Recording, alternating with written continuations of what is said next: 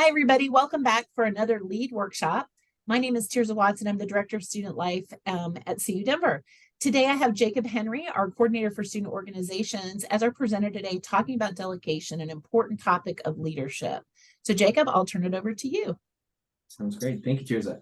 Hi, everybody. As Tirza said, my name is Jacob Henry. I use he, him, his pronouns. I am the Coordinator for Student Organizations here in CU Denver. And today we will be talking about delegation and the importance and the foundational skill sets of how to really define and understand how to delegate. And so we'll first go into kind of the learning outcomes for this presentation. So hopefully when you leave here within this hour, participants will be able to identify key concepts of delegation. So what are the key things I have to focus in to make sure I actually know I am delegating the correct way. And then participants will also be able to define different types of delegation and how each type can assist in different scenarios. So fun fact to understand is that delegation, there's lots of different types and styles that are out there. And so it's really important to understand that not all one style can apply to every situation. So it's going to be super important to really understand that there are those different styles and how we can apply them to different scenarios. And then speaking of scenarios, afterwards, the participants, you'll all be able to put the knowledge that you hopefully have learned about delegation, apply it to multiple case studies as well. And then, of course, since I am the coordinator for student organizations, I do this presentation usually with student org leaders as well, who that might apply to you at some point. And you'll be able to definitely successfully implement delegations within a student organization group setting. So first thing I'm going to start with is that I'm going to ask for some examples for people to share. And so be brave, either unmute yourself, or if you want to utilize the chat, that's fine too. And I would love for you to kind of share an example of a time that you've delegated in the past. This can be at a job that you have. This can be at home because there are opportunities to delegate in your home life, as well as also maybe in school. So if I can get like two people to need to share how they have delegated, an example of a specific time that they have delegated in the past.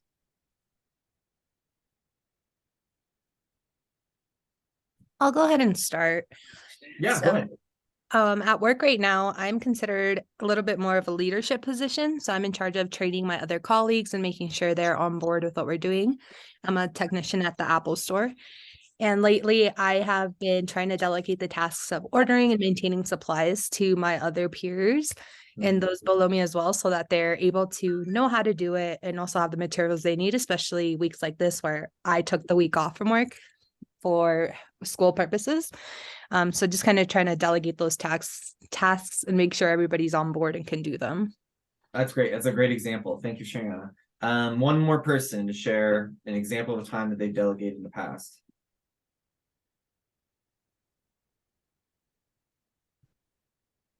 I just transitioned out of this role, but I used to help with the fundraising at a local nonprofit. And so this past summer, we were planning our biggest fundraiser of the year. And so it was a lot of work for one person. So we got a whole bunch of volunteers together and kind of created a plan to split up the work, which was very, very helpful. That's great. Awesome. That's awesome. Great example. So before we dive into kind of some formal definitions here, I would like to hear one person share maybe how would you define delegation? If someone asks you, what's the definition of delegation? Please go ahead and share that now. Okay, one person.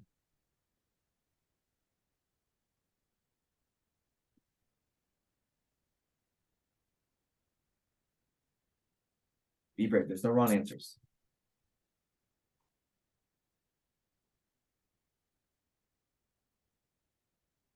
I'll go ahead and speak again. Oh, yeah. We had one in the chat as well. Yes. For me, when I think of delegation, I think of partnering with others in order to complete a task or objective. Okay, yeah, so partnership, that is absolutely something to consider. And I like that we've also talked about, like in the chat, handing off tasks with like clear directions. Absolutely.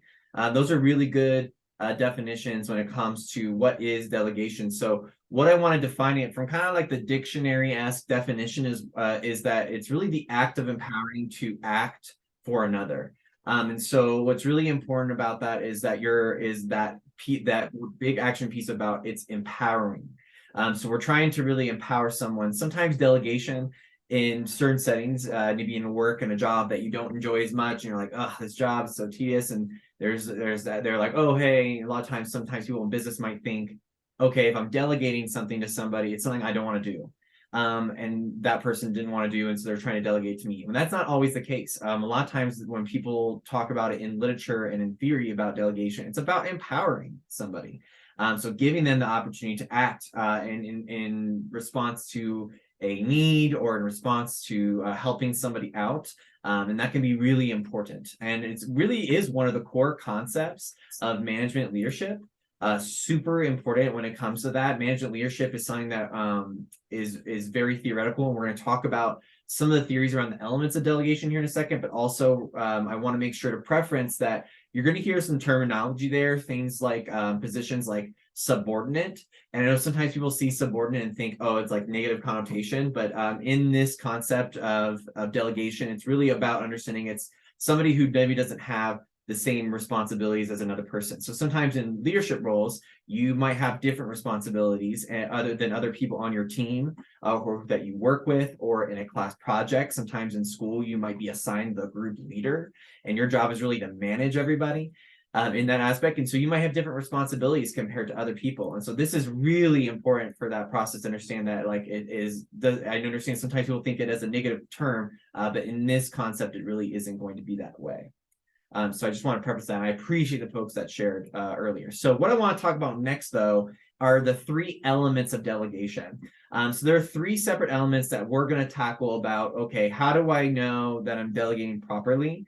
And how do I know, like, when I see it, right? If you're trying to notice if someone's actually delegating something, what is a step-by-step process? Because there can be a really formalized process that hopefully you can internalize to make sure that you know how to delegate. And so the first one we're going to talk about is the assignment of responsibility. So that is the first step when it comes to delegating an assignment of work or duty to basically the subordinate. So that first step is that aspect of the delegation, basically, of the authority. So in this experience, like a superior, someone who might be the one delegating, is going to ask their subordinate to perform a particular task in each kind of period, in each time setting. And so it is really the description of the role assigned to the subordinate. So really we're saying, okay, here is what I need you to do, right? So we're trying to give them terms of the functions or the tasks that they need to be performed to constitute the basis of the delegation process. So this is super important for us to understand, is at the very beginning, you have to make sure you explain it. I've seen bad examples of delegation where someone just kind of threw an idea at somebody who was working kind of maybe like under them in a different role, and just said, hey, this is something I want done, and they don't know how to do it, right? Or they don't know how to explain what it is exactly. So they just throw a random idea at you. And yes, that can be helpful to kind of come up with like the creative juices flowing in your brain and figure out like, how can I be creative in this process? So it's really important to make sure that we're actually describing what are the functions or tasks involved with this responsibility. So that is really important to, at the foundation level, explain how you want it to be done. Now, doesn't mean you're always going to know the full answer, or that you're going to know exactly what is going to be involved in that, or that you know how it's exactly going to go, because there might be some creative aspects when it comes to that delegation of that assignment or of that task. But it's important to know at least some foundational knowledge and explain that to the person who's working in that process. So that first step is always going to be the assignment of the responsibility. Are there questions on that first step? I want to make sure I don't get anyone confused. Okay, seeing none. Jacob, can I ask a question? Absolutely, Tirza, feel free. I'll turn my camera on. So I think sometimes when you're in like a student org, or you're in like a class project, and somebody takes that leadership role, sometimes there can be a rub with, do you have the authority to assign me something, versus people weighing in to volunteer for a task, because they're both peers, right? Sure. Do you have any comments about kind of how to manage and navigate that peer setting versus at work? There might be someone who's a team lead, and they have the authority versus peer-to-peer. Absolutely, yeah. You're just getting a second ahead of me, because the next element is grant of authority, and we're going to dive deep into that process. Perfect. That was a great question. You helped me transition. Okay, so yes. Thank you. Yeah, great question. So let's talk about that grant of authority, because that is the second element when it comes to this. And this can be where the delegator really grants authority to the subordinate or the person they're working with so that the task is accomplished. Because in those experiences, even working at a same level, so as Tirza said in the example of like, hey, you might be working in a group project or in a student organization or club on campus, And there's not necessarily, you don't have a supervisor, it's not a job function aspect of it. So it's important to know that maybe we're at the same level. But in that authority, it's really important to understand that delegation of that responsibility that we're talking about first with the authority, without authority, is meaningless, right? So making sure that we get a chance to work with each other on that process and help them understand that we are giving kind of the reins to them. We're letting them know that they can make the decisions from here on out on how to do that. So let's think of an example that could be involved when it comes to granting the authority on a project when it comes to student org. So like student org specifically. So say maybe you're working on a committee level and you're working on a committee to implement an event as a student org on campus. And so you're going to work together on that process, and everyone's kind of the same level, right? We're working as a team together in this process, but we need to make sure that there's so much to do, as we kind of stated before. Someone has shared that example of saying that, we're all volunteers and we're all trying to get this project done and get this event ready. And there was just too much to handle, right? So that's why committees might exist. And so in that grant of authority, there might be a committee chair. If not, if there's just a level there, you might just work together on that process to really grant specific tasks of authority in that level. So if we're planning an event as a student org, as a committee, so there might be someone who needs to go through and say, okay, we need to book a space, right? So we have to book the space we need to get the marketing created. We need to get the food ordered. We need to create a timeline for ourselves, right? And those all can really provide and require very specific skill sets. And so in this experience, it's really good to really know each other really well. And so if you get to know each other where our strengths are as individuals, some people might be like, I'm really good with people, or hey, I'm really good with managing a budget, or hey, I'm really good with like behind the scenes and like really getting the details all figured out and what could go wrong and how we would resolve that issue if something came up in the event. And so in that authority aspect, it's really about making sure that we know each other's skill sets and the power that we have as individuals, and that you can empower that person. Like we said at the very beginning about how we define delegation, it's important for us to empower each other based off our skill sets to different tasks involved when it comes to delegating those things for that event. And so really it's about working together, and volunteering can be very intimidating if it's your first time ever doing something, but hopefully you have some people who are veteran members of the organization, or a good friend, or someone who knows you really well and has spent time getting to know who you are and where your strengths lie. And so I empower you as individuals, because I consider you all leaders if you're here today. And so in those experiences, when you're in a group setting and it's the responsibility of the entire team to get something done with that task, that assignment, it's really important that you can really identify, and I encourage you to be strong and to be courageous in those experiences, and call on the people that you work with and say, I really think that Joe could be really great at this, or I think Joe should take that side of the assignment, or Tirza should do this aspect because she's really talented here. And so that can be really important about calling that out and inspiring that individual to think, wow, they think I'm really good at this, or that I have this. And that's also a really easy way to kind of grant that authority. And so there really should be a balance between that authority and that responsibility as well in this. So hopefully that makes a little bit of sense when it comes to that authority aspect. Now, because obviously it's really easy to grant authority in a supervisor role, right? If you have someone who's working above you in a role and they're delegating it to you, they can grant the authority because they already have the authority and experience. But when it comes to granting that authority at the same level, it's about really being courageous and noticing where people have strengths and where they lie, and willing to collaborate and work together in that process. Any questions on that kind of the grant of authority?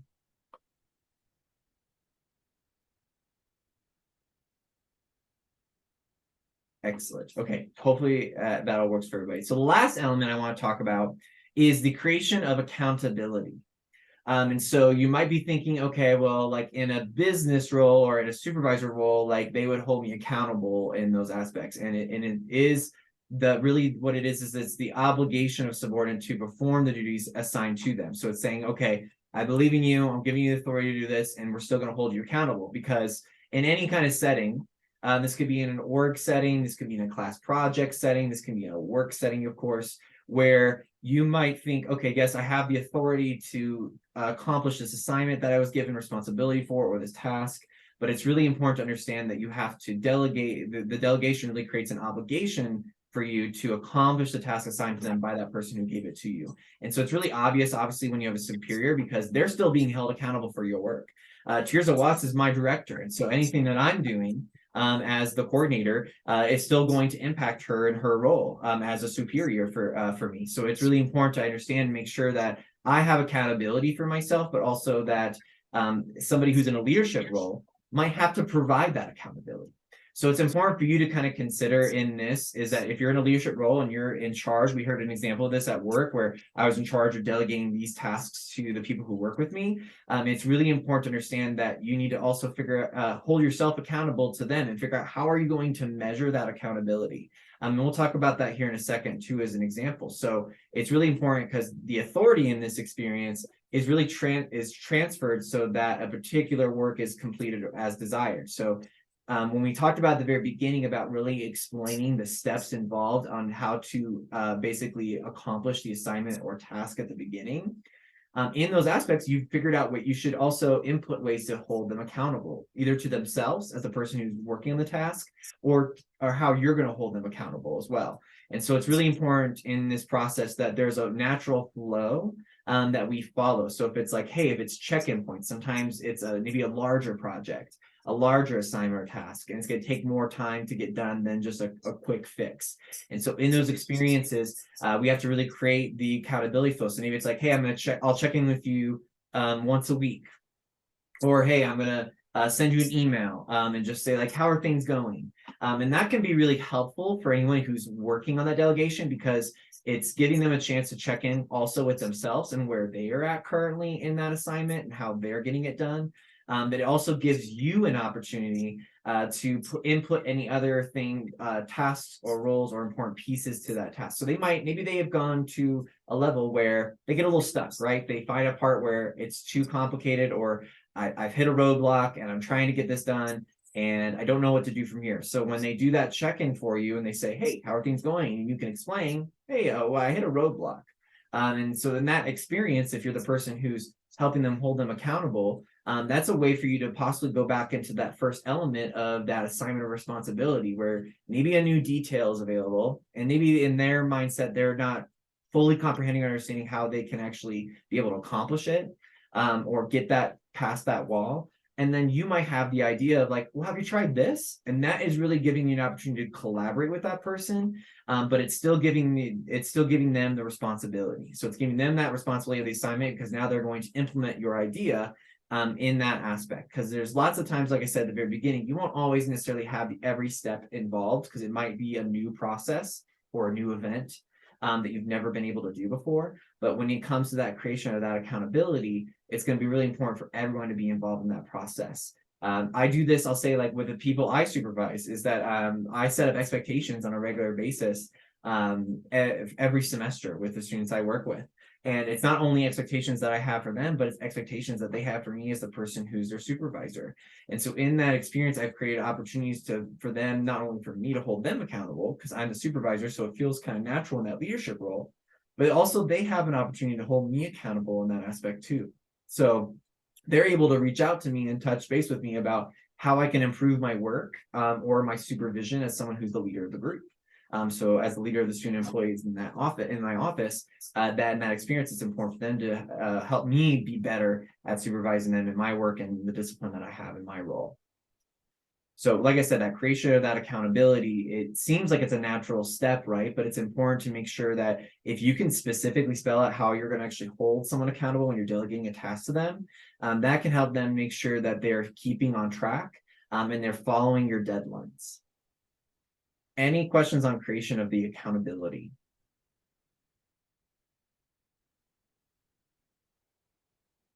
Awesome. Okay, just want to make sure I kind of touch base on that. So the next one I want to talk about is the different styles of delegation that are out there for students. And so it's really important to understand that, like I said at the very beginning, delegation is a very foundational skill that you need to understand, and it can be very complicated. I talked about those 3 different elements earlier, and that is super important. And you might not have thought about that, but it's really important to think about it. But it's also important to think about the different styles, because not every situation that you're going to get in where you have to delegate something to somebody or a group of people is going to require the same type of delegation or the same style. And so we're going to kind of go through these.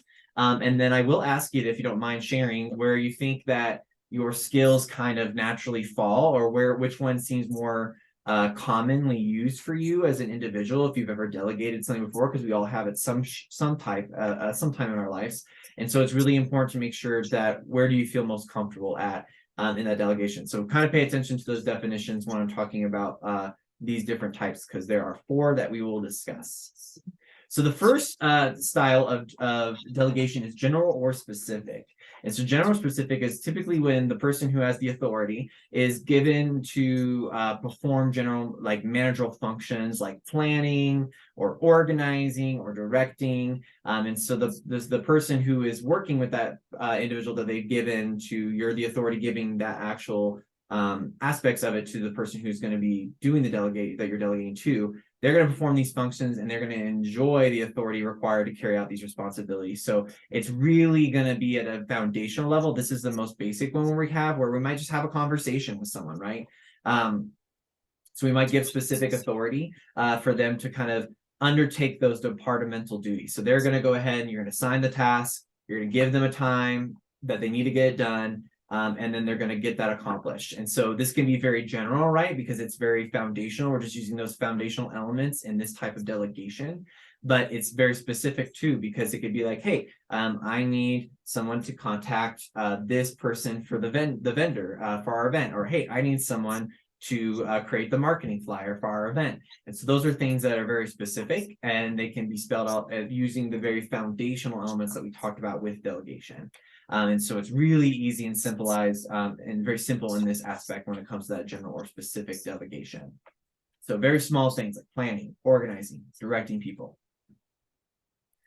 The next style that I'll talk about is formal or informal delegation. And so these are these are a little bit similar. And so when it comes to that, whenever a task is assigned to a person, then the required authority is also given to them. And so that is kind of more of that formal process. And so it's making sure that it's kind of following an organizational structure. So say maybe in a business setting, you might have someone who's a director, and then you might have someone who's like an assistant director, and then you have someone like myself who might be a coordinator. And then so that might follow a typical organizational structure that's very formal.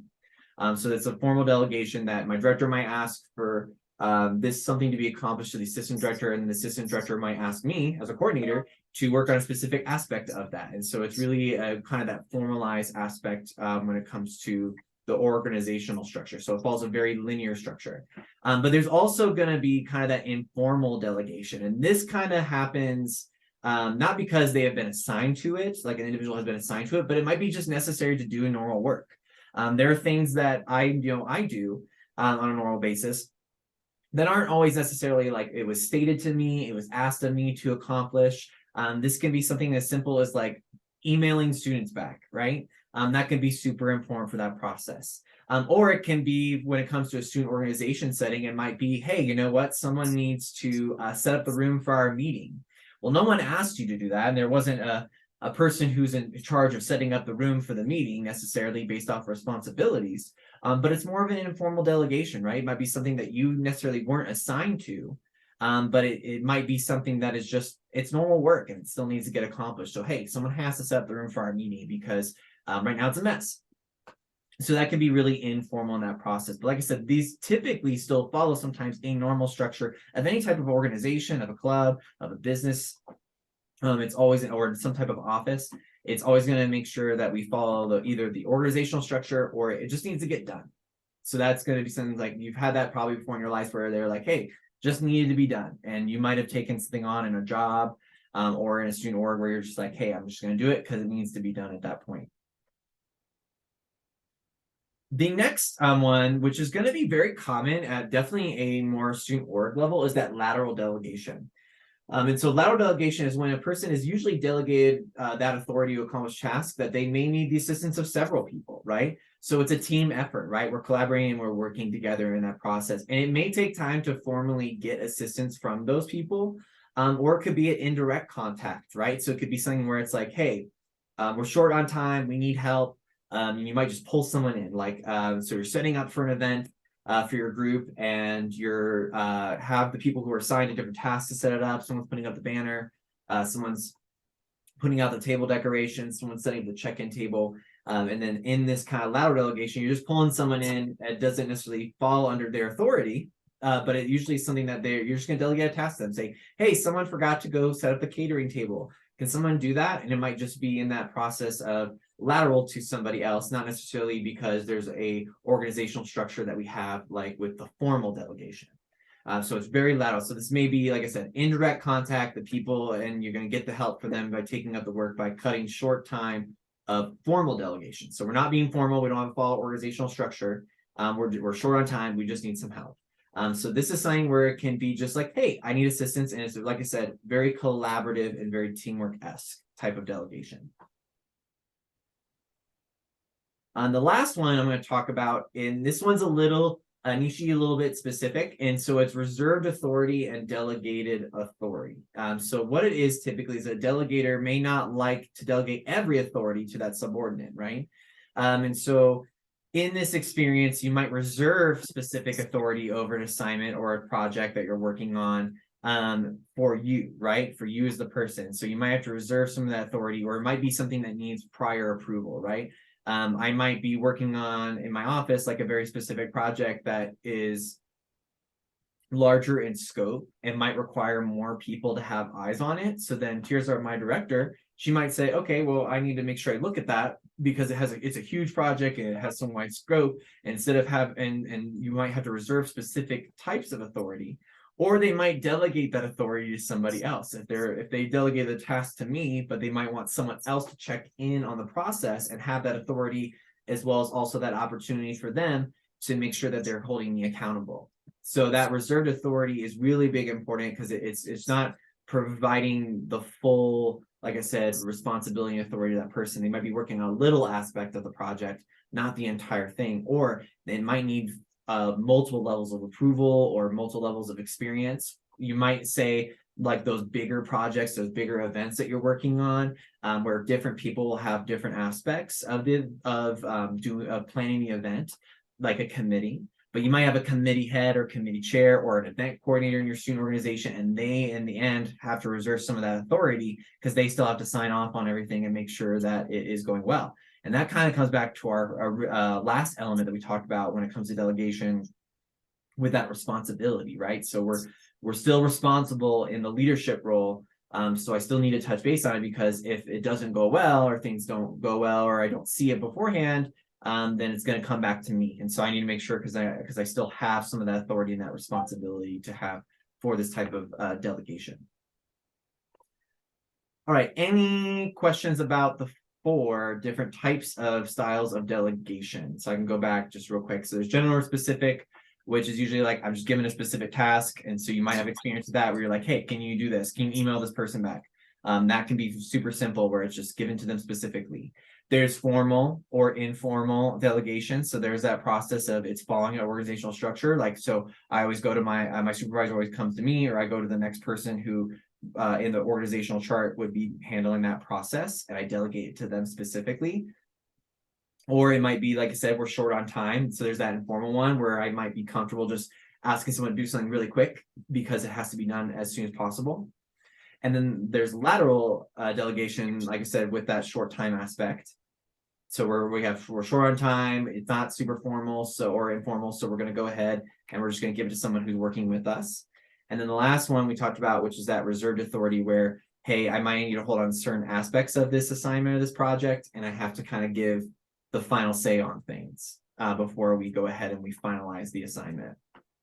So I'm going to ask in the chat if people could say, which one seems more approachable for you, or something that you feel like I feel comfortable doing that.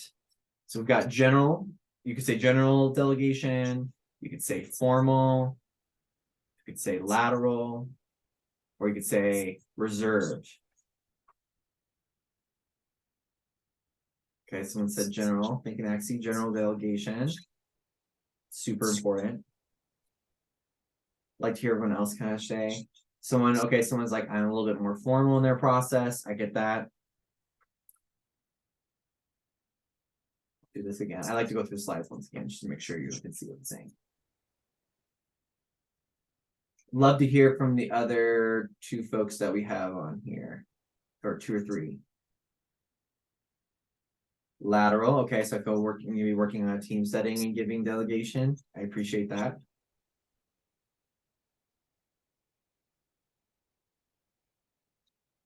Okay. So, and I'll say for me, like, I usually like, okay, I appreciate the general one. Yeah, I usually personally have just like my preference and something that's easiest for me to accomplish is that general specific delegation. So I work with a team of students in my office, and so sometimes I give them like just specific tasks to do, like, hey, can you make this flyer, or can you post this on our social media account, or can you email this person back? And that's very general, very specific type of delegation. But like I said before, not every scenario or situation is going to have these different types of delegations. So it's important to understand that they don't apply to not one type or style applies to every single situation. Sometimes it has to be different. And so what we're going to do next is we're actually going to talk through some case studies. And so we're going to go through the process of kind of splitting you up if Tirza's cool with that. Since I think we have hopefully enough if she's hopefully okay. Yep, we're good to go for 2 rooms. I'm ready whenever Okay. you are. So what we're going to do before we split you up into breakout rooms is I will put in the chat the 2 different case studies. So breakout room 1 will have case study 1. Breakout room 2 will have case study 2, because there'll be 2 different examples that I'm going to pull up for you right now. And I'll put the full thing in the chat so that way you've got it in writing. So I will copy that in now, and you're going to answer 4 specific questions. So you're going to go as a group. You're going to talk through the case study, and then you're going to prepare basically to come back and share real quick your answers to those 4 questions. So this will be, I'm going to label these now. So it's case study number 1 is in the chat. It's a quick little story. These are all student org specific. So if you don't have as much experience in student orgs, this will hopefully give you a little snapshot of what it might be to be in leadership in a student organization.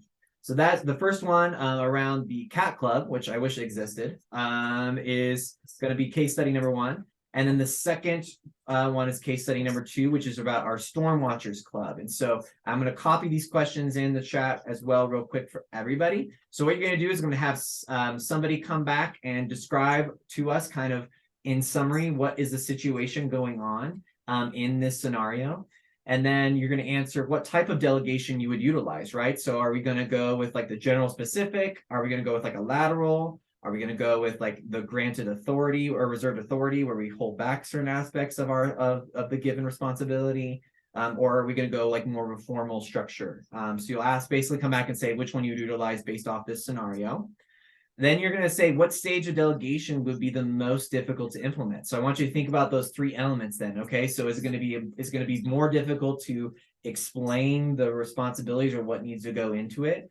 Is it going to be more maybe difficult to like set up the authority, like giving that person or those individuals the authority to have responsibility for that task? Or is it going to be more difficult to make sure that we can hold each other accountable? Like, is it more difficult to follow up on accountability? And then in the end, if there's any other concerns about the situation that you think should be addressed. So sometimes there might be multiple points here that we're not paying, that we don't notice. And so are there other things that we should be concerned about as well? So I've copied those questions in the chat so way you can reference them. And so like I said, I want people to be brave. As I've said this whole time, come back, be ready to share. We're going to give you about 10 minutes. If you're done early, feel free to come back to the breakout room and we'll wait for everyone to get back. And then you're going to answer those questions for the entire group. All right, folks, I'm going to open the room. As a reminder, we don't record your breakout rooms. For students who are watching this workshop on YouTube later, if you will pause the video, look down in the show notes, we will upload the actual cases and the questions for you to reflect and work through before you turn the video back on. All right, folks, here we go.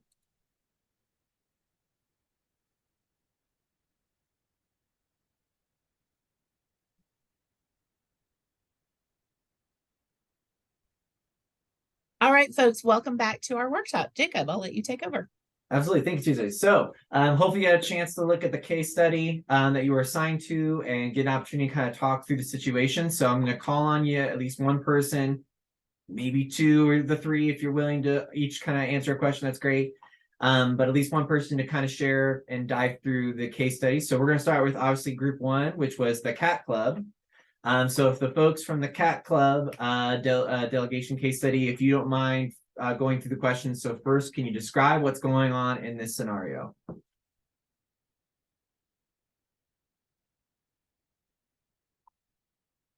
Be brave.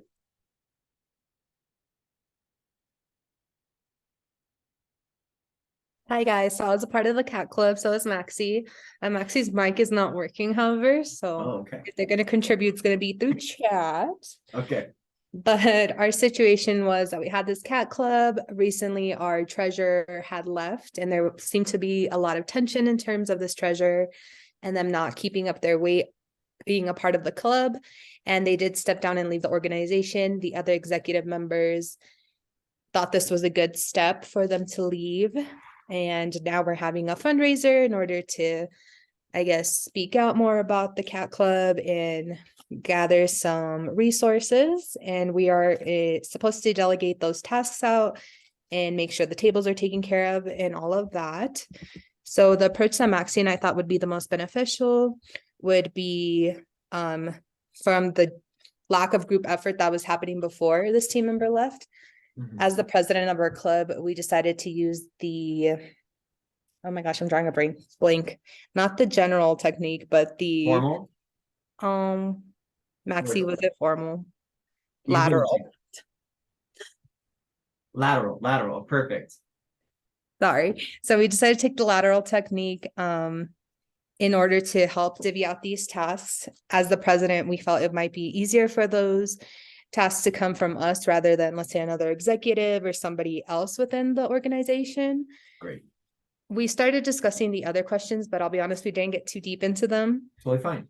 Yeah. But So for is and maybe I'll call on you if you're willing to share, or Maxie, if you want to put it in the chat, like which stage of delegation do you think would be difficult? So we have the first one, which is we're giving the task and explaining what the task is. Second one would be we're giving the authority for them to make their own decisions on how to accomplish the task and what to do with it. And the last one would be the accountability piece. So which one would you think would be maybe the more challenging aspect as the president in this role? If you'll go ahead. I would say probably the accountability piece is what I was thinking. Yeah. Okay, we Maxie both agree. agrees. And why is the accountability maybe the harder of that piece there? The way that I see it is we are the president, so we're divvying up these tasks. So the accountability piece, and the group is already struggling before. So Mhm. now us stepping in and saying, hey, we need you guys to also step up. I feel like that could fall back on us as, well, you're telling us what to do, so you could definitely do it as well, sort of thing. Absolutely. So that's the way I'm approaching the accountability there. That's great. Yeah, that's a great point. And actually, I appreciate that you both were kind of like, it's cool that you're kind of both on agreement on that on accountability piece. Last question. Are there any other concerns that you think that should be addressed? I'm not sure if Maxie agrees with this as well, but for when I was reading through the situation, I mentioned I felt there was a lot of tension, and Maxie kind of alluded it to with lack of group effort. Mhm. It sounds like they're kind of relying on 2 or 3 individuals to keep this organization going rather than all teaming up together. How can I support you? How can we make this a successful cat club? Mhm. So kind of everyone holding themselves accountable and actually contributing to keep it going. Yeah, that's great. That's a great point. Well, I appreciate you both kind of sharing what your thoughts are on the case. And I thought those were some really great answers and some great kind of discussion pieces. So thank you. So let's go to case study number 2, which is the remaining individuals. And you were going over the case with the Storm Watchers Club. So I'm going to call on people to be brave, maybe unmute at least maybe one person first to maybe describe what the situation is that's going on here. So give us a summary of what's going on in this situation, one person from that team.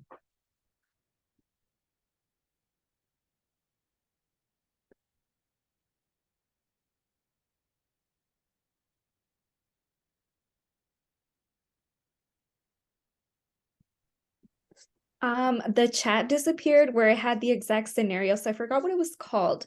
But essentially there is a new officer who is very like eager to kind of help out and do whatever he can for the organization that he works for, but the president of the organization has almost a problem with like delegating tasks, and a lot of the other officers are almost afraid to ask or to have that conversation. Mm-hmm. Yeah. But yeah. Okay, that's great. Yeah. So like, yeah, there's some issues there. Like they're noticing they seem afraid. Absolutely. Great. So the second question would be, what type of delegation would maybe you utilize to the other officers? Can I get one person maybe to share which type you would do. So we got formal, we've got the lateral, we've got general or specific, we've got reserved authority. My group had a little bit of a hard time kind of connecting it to a specific type of style, just because we kind of felt like it was hard to kind of know what you do in these like situations if the president doesn't want to kind of hand off tasks. Yeah, and that can be definitely a challenge where we think, because delegation can be tricky, like we said before. So there's not one right answer here too, and I'll just kind of help out in this process, since I know it is a little more of a tricky situation, because you're not necessarily the president, you are another officer who's trying to help kind of divvy out things. So there are some ideas to kind of think about. Would maybe be the formal way, right? So maybe we do the formal way where we try to explain to the president as a fellow officer who's new, but the new officer might come in with some ideas about how our organizational structure is looking, and making sure that everyone who's in that organization is actually doing the tasks that they need. So looking at things like a constitution or bylaws that describe what your job duties are. That's an example of something that you could do as a student org leader, maybe, is saying like, okay, hey, like the treasurer needs to be doing the finances, and even though the president's the one that's kind of taken over that responsibility. So in this situation, we might need to utilize the formal delegation process to say, okay, well, the treasurer's supposed to handle this, or hey, maybe a committee member is supposed to handle this. So that's one example you could do. You could also do lateral, since you're an officer, and you can work with other officers to kind of help the president understand that they don't have to do everything. Sometimes they do it because they think they're obligated to do it, or that nothing's going to get done unless it's done themselves. And so in this situation, it might be more important to help as a group and work together laterally to start helping the president accomplish some of those tasks. So that's just a couple examples of some possible delegations you can utilize. So I'll ask the next question. What stage of delegation could be the most difficult to implement here? So to remind everybody, so would it be difficult to delegate some of these tasks that the president's taking over? Would it be difficult to do the first part where we assign the responsibility to someone? Would it be more difficult to provide the authority for them to go ahead and make their decisions? Or would it be very difficult for us to provide accountability? Maybe somebody else. I think it's a mix of authority and accountability, because you're addressing a superior in the organization where they might not necessarily want to be taking the input from just a new officer, but accountability, because as you mentioned, that if there are like formal rules for the organization, those are also working as constraints for their roles, so that they're only supposed to be functioning within those roles and not functioning into other people's unless those spots are open and the work just kind of needs to be done. But if there are people to fill those roles, like treasury, like you mentioned, or any other officer position, then the people that are filling those roles should be the ones responsible for those. Absolutely. Yeah. That's a great point, Logan. Absolutely. So we have to think about that. Sometimes it can be difficult for multiple stages when it comes to delegation. We might have some difficulty with certain processes, and sometimes it does require some collaboration and teamwork, or sometimes it might require a different approach. Maybe somebody at an upper level authority. So something like in this specific example with student orgs, it could be like the advisor who's a faculty staff member who might have a little bit more authority with the president, or it could be the student organization office, right? It could be us, like you could bring us in as pro staff and we can talk to the president about the issues when it comes to delegating tasks. And so those can be really important pieces, but I totally agree with what you're saying there. Great. So we're gonna go ahead and do the quick wrap up. Oh wait, we want to be respectful to everyone, but we need to include everyone, because why bring people in when you don't have any use for them? Yeah, Karen, absolutely. Important piece, right? We have to be respectful. We have to respect each other, our jobs, our roles. This can be very difficult sometimes for people to understand in a team setting, especially if they feel like they're the authority figure. And like I said, it might feel like dictatorship-esque. So this is real challenges that people have in student orgs and clubs, and it can be happening in your work life too. So it's really important that we can address that and we try to respect each other and the skill sets, like we said before, everybody has a strength to bring to a group setting. So let's delegate those tasks or those assignments to the folks that they can really benefit from this experience. So I really appreciate that point. It's a good summary. So I just want to talk and summarize real quick about successful delegation. That requires willingness to delegate. You have to be willing to do this. You have to step forward and be brave enough and be strong enough to say, you know what, I'm going to do it. I'm going to delegate this to somebody. It actually requires a climate of trust and confidence. Like I said, we have to be confident in ourselves. We have to trust the people we work with. So how do I establish that from the foundational level? And the last piece is it requires faith in the subordinates and the colleagues that we work with. So have faith that they can get it done. And I just want to thank you all for taking the time to participate today. Cheers up. All right, everybody. Thank you so much for coming to this workshop. I have put the workshop evaluation link in the chat. And if you would give us an extra minute of your time and just kind of give us some feedback on this workshop, we would appreciate that. Folks who are watching this on YouTube at a later date, below you will find a link to fill out to get attendance credit. And in that link, we'll ask you to answer a couple questions and respond to the case studies, which we will also have in the show notes. So thank you, everybody. Next week's workshop will be teamwork, collaborating with others. And so it's kind of that almost pre-step to delegation. And that's figuring out how do you build a team? What are the stages that teams go through? What are the roles people play on teams? And Jacob is also our presenter. So we will see him again next week. Thanks for coming, everybody. Thank you all.